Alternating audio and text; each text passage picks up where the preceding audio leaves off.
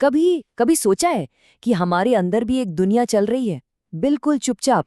एक ऐसी दुनिया जो है तो नहीं बाहर, पर हम सबसे ज्यादा उसी में जीते हैं, उसी में खोए रहते हैं। कमाल की बात यह है कि हजारों साल पहले ऋषि पतंजलि ने एक बहुत गहरी बात कही थी। उन्होंने कहा कि हमारा मन पहले अपनी एक दुनिया बनाता है और फिर उसी दुनिया को खा जाता है। सुनने में थोड़ा अजीब लगता है ना, कि मन अपनी ही बनाई दुनिया को खा जाता है। इसका मतलब क्या हुआ?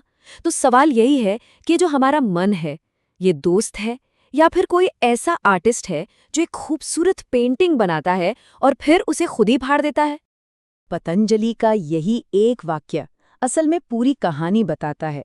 सोचकर देखिए, हमारा हर दुख, हर डर, हर छोटी बड़ी इच्छा, ये सब क्या है? ये सब मन की ही तो बनाई हुई तस्वीरें हैं। और हमारा मन क्या करता है? वो दिन रात इन्हीं तस्वीरों को चबाता रहता है, और ऐसा करके वो खुद को और मजबूत बनाता जाता है। तो चलिए इस रहस्य के और गहरे में उतरते हैं। पतंजलि योग सूत्र में एक सूत्र है जिसे कुछ लोग बहुत खतरनाक भी कहते हैं। खतरनाक इसलिए क्योंकि ये हमारी पहचान के सबसे बड़े धोखे से पर्दा उठाता है। ये वो सूत्र है जो हमें बताता है कि कैसे हम जो हैं ही नहीं वो बन जाते हैं, अपनी असली पहचान ही खो देते हैं। सूत्र है वृत्ति सारूप्यम इतरत्र।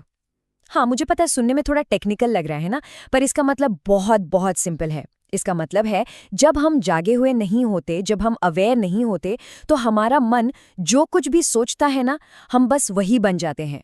हमारी जो असली चेतना है, जो देखने वाला है, वो मन में उठने वाली लहरों को ही अपनी पहचान मान लेती है।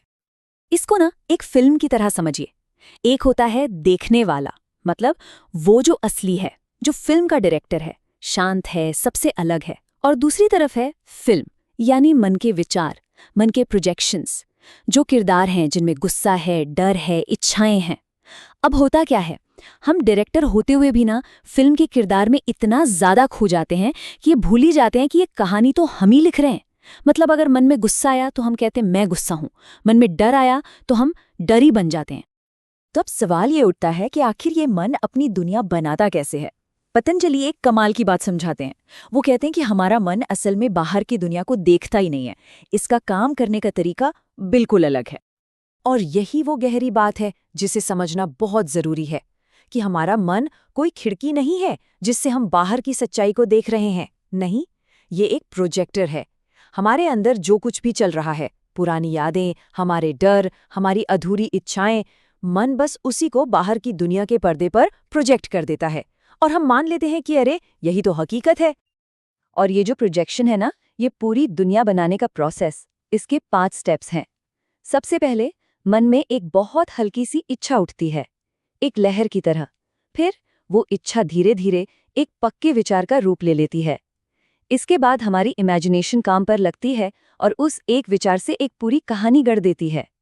और जैसे ही ये कहानी बनती है, हमारे अंदर फीलिंग्स जाग जाती हैं, डर, खुशी, गुस्सा, कुछ भी। और बस आखिर में यही जो अंदर का ड्रामा चल रहा है, हमें लगने लगता है कि यही बाहर की सच्चाई है। लेकिन कहानी यहाँ खत्म नहीं होती। असली ड्रामा तो अब शुरू होता है। मन सिर्फ दुनिया बनाता ही नहीं है, वो अपनी ही बनाई हुई दुनिया को खाने लगता है, उसे निगलने लगता है। और यकीन मानिए, इस पूरे प्रोसेस का सबसे खतरनाक हिस्सा यही है। इस साइकिल को पतंजलि एक नाम देते हैं, अंतः संहार। इसका मतलब है अंदर ही अंदर खुद का विनाश। ये वो स्टेट है जब मन अपने ही बनाए हुए जाल में, अपनी ही नेगेटिविटी में फंसकर खुद को ही खत्म करने लगता है। और ये होता कैसे है? इसके 3 मुख्य तरीके हैं। पहला है थॉट लूप्स, मतलब एक ही नेगेटिव थॉट बार बार दिमाग में घूमता रहता है। दूसरा है मेमोरी डिस्टॉर्शन। मन क्या करता है, वो हमारी पुरानी यादों को हर बार थोड़ा और बिगाड़ देता है, उन्हें और ज्यादा दर्दनाक बना देता है। और तीसरा जो सबसे खतरनाक है, वो है इमोशनल फीडिंग, मतलब डर को पैदा करता है और गुस्सा और ज्यादा गुस्से को खींचता है। ये एक कभी न खत्म होने वाला विशियस साइकिल बन जाता है। तो सवाल ये है कि क्या इस जाल से निकलने का कोई रास्ता ही नहीं है? क्या हम इसमें फंसे रहने के लिए मजबूर हैं? बिल्कुल नहीं। एक रास्ता है, और वो रास्ता शुरू होता है हमारे अंदर बैठे उस गवाह को जगाने से, जो ये सब कुछ चुपचाप देख रहा है।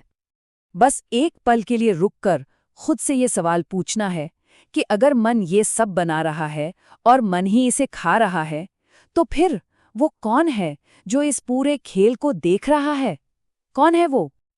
ये जो मन का सबसे बड़ा धोखा है ना, उसे कहते हैं अहंकार, ईगो।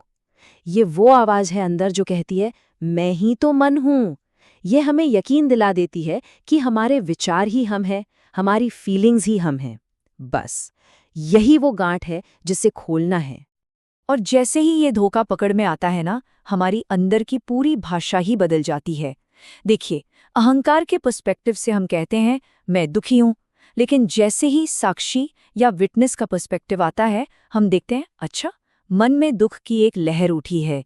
अहंकार कहता है मैं फेलियर हूं, साक्षी भाव देखता है मन में फेलियर का एक विचार आया है। ये जो जरा सा शिफ्ट है ना, बस यही आज़ादी की शुरुआत है। ठीक है, ये सब बातें समझने में तो अच्छी हैं, पर इन्हें लाइफ में उतारें कैसे? तो पतंजलि सिर्फ ज्ञान नहीं देते, वो प्रैक्टिस का रास्ता भी बताते हैं, क्योंकि ये सिर्फ जानने की नहीं बल्कि करने की बात है। इसके लिए हमारे पास 3 मेन टूल्स हैं। पहला है अभ्यास। इसका सिंपल सा मतलब है कांस्टेंट प्रैक्टिस, बार बार अपना ध्यान वापस अंदर लाने की कोशिश करते रहना। दूसरा है वैराग्य, मतलब विचारों को पकड़ के रखने की जो आदत है ना, उसे ढीला छोड़ना, डिटैचमेंट। और तीसरा सबसे पावरफुल है ब्रेथ एंकरिंग। जब भी मन के तूफान में खो जाओ, बस अपना ध्यान वापस अपनी आती जाती सांस पर ले आओ। सांस आपका एंकर है। असल में एक साधक का जन्म ही उस दिन होता है जब उसे पहली बार ये एहसास होता है कि मैं मन नहीं हूं, मैं तो वो हूं जो मन को देख रहा है। बस इस एक एहसास को, इस एक बोध को पकड़कर रखना है। मैं विचार नहीं हूं, मैं भावना नहीं हूं, मैं सिर्फ देखने वाला हूं, दृष्टा। और जो दृष्टा है वो हमेशा आजाद है, वो कभी बंधता नहीं।